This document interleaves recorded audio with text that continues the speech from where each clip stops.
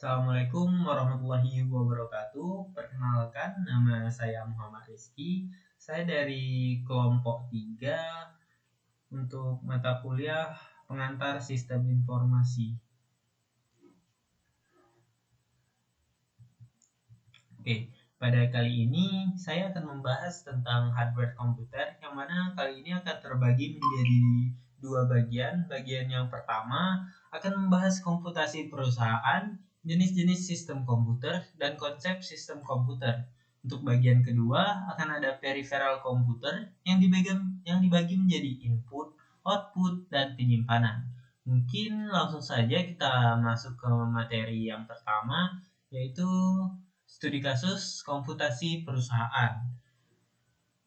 Di sini ada Progressive Insurance. Progressive Insurance ini merupakan sebuah perusahaan yang bergerak dalam bidang asuransi kendaraan seperti mobil, motor, dan lain-lain. Nah, apa sih yang membedakan Progressive Insurance ini dengan perusahaan insuransi lainnya? Progressive Insurance ini mereka tuh menerapkan pencairan asuransi secara cepat, bahkan di lokasi kecelakaan.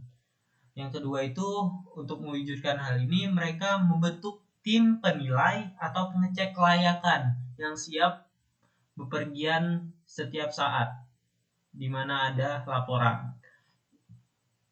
Yang ketiga, mereka tuh membuat sistem yang dapat diakses setiap waktu oleh para pengecek, admin, dan lain-lain untuk mewujudkan komunikasi yang lebih cepat untuk merespon setiap keluhan dari para klien. Yang kedua ada Universe Corp. Universe Corp ini merupakan sebuah perusahaan pembuat seragam terbesar ketiga di Amerika Serikat. Pada tahun 2003, mereka ini memulai beralih dari sistem yang berbasis formular, yaitu mereka tuh untuk setiap penjualan dan lain-lain itu mereka tuh menggunakan formulir seperti kertas gitu, berubah menjadi aplikasi berbasis Java. Dengan peralihan yang mereka lakukan ini, Universe Corp berhasil menghemat 55.000 US dollar per tahun untuk biaya kertas, 44.000 US dollar per tahun untuk biaya buku dan kalender, dan 100.000 US dollar untuk jasa pengiriman. Lanjut, di sini ada jenis-jenis sistem komputer.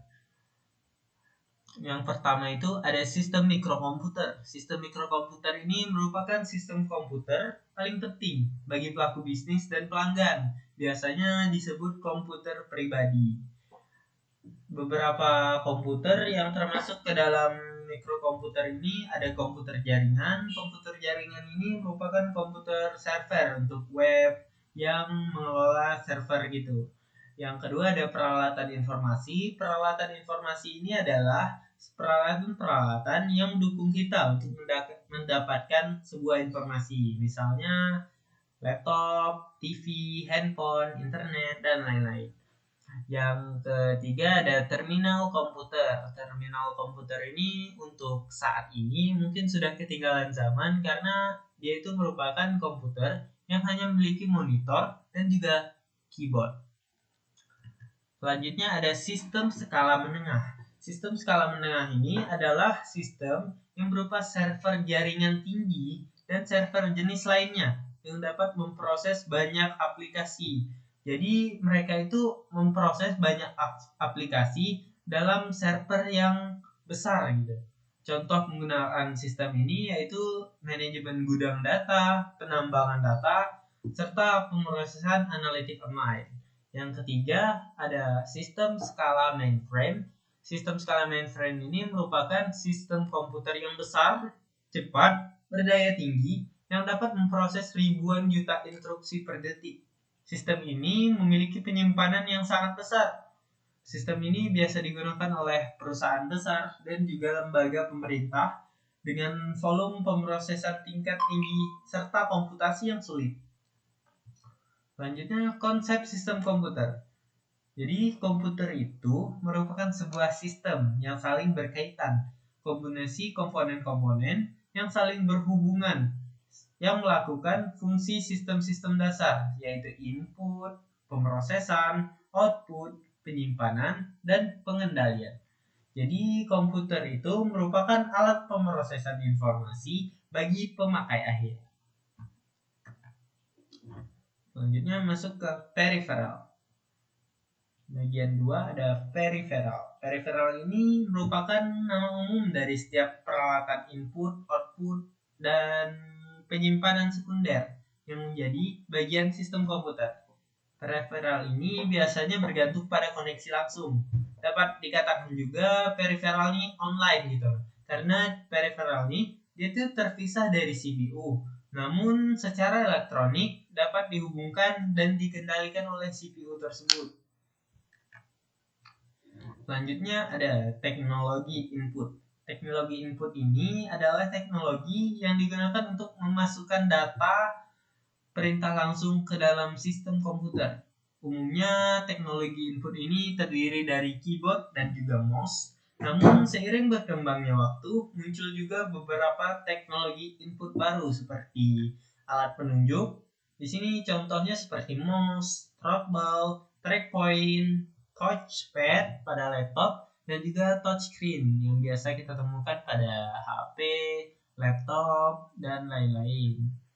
Selanjutnya, komputasi berbasis pena. Komputasi berbasis pena ini, teknologi ini biasanya digunakan pada telepon, iPad, dan laptop, yang mana teknologi ini dapat mendigitalkan tulisan tangan, cetakan tangan seperti tanda tangan, serta gambar manual atau desain-desain gambar kita itu. Jadi kita itu bisa menggambar itu melalui sebuah pena khusus untuk sebuah laptop ataupun iPad tersebut.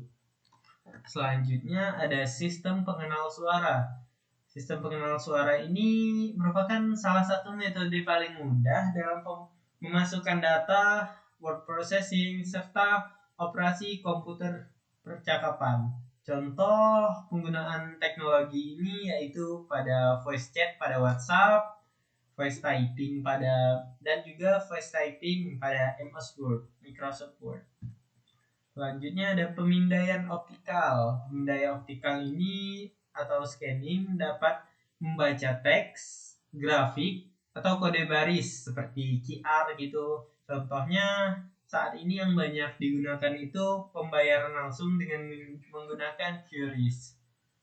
Selanjutnya ada teknologi output.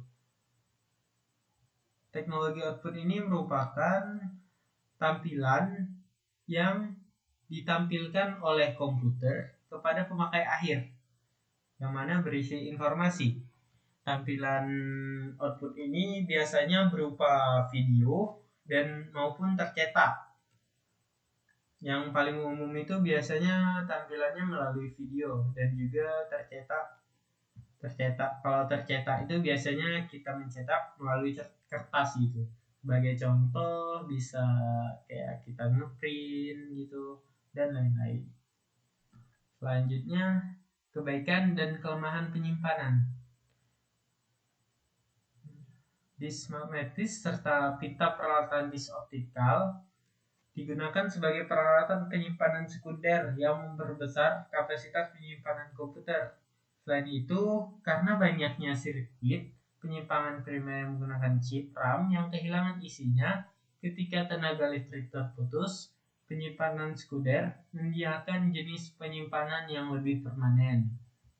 Jadi, penyimpanan sekunder ini akan lebih baik jika kita pakai, karena kalau kita hanya menggunakan penyimpanan utama seperti RAM dan ROM itu, jika terputus internet, misalnya PC atau laptop kita gitu terputus atau tidak hidup, mereka itu gak bisa ngelakuin aktivitasnya gitu. Tapi kalau kita menggunakan penyimpanan sekunder, maka hal ini akan permanen gitu, tidak hilang. Selanjutnya ada dasar-dasar penyimpanan komputer. Dasar-dasar penyimpanan komputer merupakan data yang diproses dan disimpan dalam sistem komputer melalui keberadaan atau ketidakberadaan sinyal elektronik atau magnetis dalam komputer atau dalam media yang digunakannya. Hal ini disebut two-state atau binary representation data. Karena komputer dan media hanya dapat menampilkan kemungkinan keadaan atau kondisi, akses langsung dan berurutan. Istilah direct access atau akses langsung ini dan akses random menjelaskan konsep yang sama. Berarti sebuah elemen data atau perintah dapat secara langsung disimpan dan ditarik kembali dengan memilih serta menggunakan lokasi manapun di media penyimpanan. Maksudnya kita itu dapat memilih melalui direct access dimanapun media penyimpanan yang kita inginkan. Mereka itu langsung menyediakan gitu. Nah, tidak perlu kita tuh langsung klik di sini gitu. Jadi tidak ribet, guys. Selanjutnya ada memori semikonduktor. Terdapat dua memori semikonduktor yang biasa kita ketahui, yaitu ada RAM, yaitu Random Access Memory. RAM ini adalah penyimpanan memori primer paling banyak digunakan di dunia saat ini. Yang kedua ada ROM, Read Only Memory. Merupakan ROM ini dapat dibaca tetapi tidak dapat dihapus atau ditempuk. Seringkali menggunakan perintah kontrol dalam unit dan program kontrol dalam penyimpanan primer dan dapat secara permanen dikopi ke dalam sel penyimpanan ketika proses produksi. Hal ini kadangkala disebut firmware. Disk magnetis. Disk magnetis merupakan bentuk yang paling umum dari penyimpanan sekunder untuk sistem komputer. Beberapa disk disimpan menjadi satu dalam barisan vertikal yang biasanya memutar disk-disk di dalamnya dengan kecepatan 3.600 hingga 7.600 revolution per menit. Jenis-jenis disk magnetis ini ada disket seperti floppy disk dan hard disk yang banyak digunakan pada laptop. Selanjutnya ada penyimpanan RAID. Penyimpanan RAID ini merupakan susunan dari disk dari drive hard disk mikrokomputer yang saling berhubungan yang telah menjadikan drive disk mainframe berkapasitas besar dalam menyediakan gigabyte penyimpanan online. Biasanya disebut RAID, Redundant Array Independent Disk, yaitu menggabungkan 6 atau lebih dari 100 drive hard disk kecil dan mikroprosesor pengendali mereka ke dalam satu unit. Jadi penyimpanan RAID ini menggabungkan misalnya 100 hard disk kecil, 6 atau lebih dari 100 hard disk kecil itu ke dalam satu unit mikroprosesor. Jadi gak kebayang gitu gimana besarnya penyimpanan tersebut dengan gabungan dari 100 hard disk gitu. Selanjutnya ada pita magnetis. Kepala pembaca atau penulis drive pita magnetis mencatat data dalam bentuk titik-titik magnetis pada lapisan besi oksida dari pita plastik. Jadi pita magnetis ini dia tuh mencatat data di dalam titik-titiknya itu, titik-titik magnetis pada pita lapisan besi oksida. Selanjutnya peralatan pita magnetis ini meliputi gulungan dan cartridge dalam sistem mainframe atau skala menengah, serta kaset kecil atau cartridge untuk PC. Selanjutnya ada disk optikal. Disk optikal adalah media penyimpanan yang tumbuh pesat yang menggunakan beberapa teknologi alternatif penting. Salah satu versinya adalah CD-ROM, compact disc read only memory, yang biasanya kita temukan pada setiap handphone kita itu. Setiap disk ini biasanya menyimpan lebih dari 600 MB ya. Untuk sekarang aja di HP itu ada penyimpanan yang sudah sampai 1 TB, 2 TB gitu. Aplikasi bisnis. Salah satu penggunaan utama disk optikal adalah dalam sistem mainframe dan skala menengah adalah untuk pemrosesan program, yaitu tempat penyimpanan archival jangka panjang dari file lama gambar dokumen yang harus dipelihara. Lembaga keuangan salah satunya menggunakan pemindai optikal ini untuk menangkap gambar dokumen yang digitalkan serta menyimpannya ke dalam versi WROM (Write Only Read Many) dari disk optikal semacam ini sebagai alternatif media microfilm. Oke, mungkin materi kali ini cukup sampai di sini. Sekian dari saya. Wabillahi taufiq wal hidayah. Wassalamualaikum warahmatullahi wabarakatuh. Oh ya, jangan lupa jika teman-teman ingin bertanya, silakan kasih pertanyaan kalian tersebut di komentar, di kolom komentar di bawah. Sekian dari saya. Wassalamualaikum warahmatullahi wabarakatuh.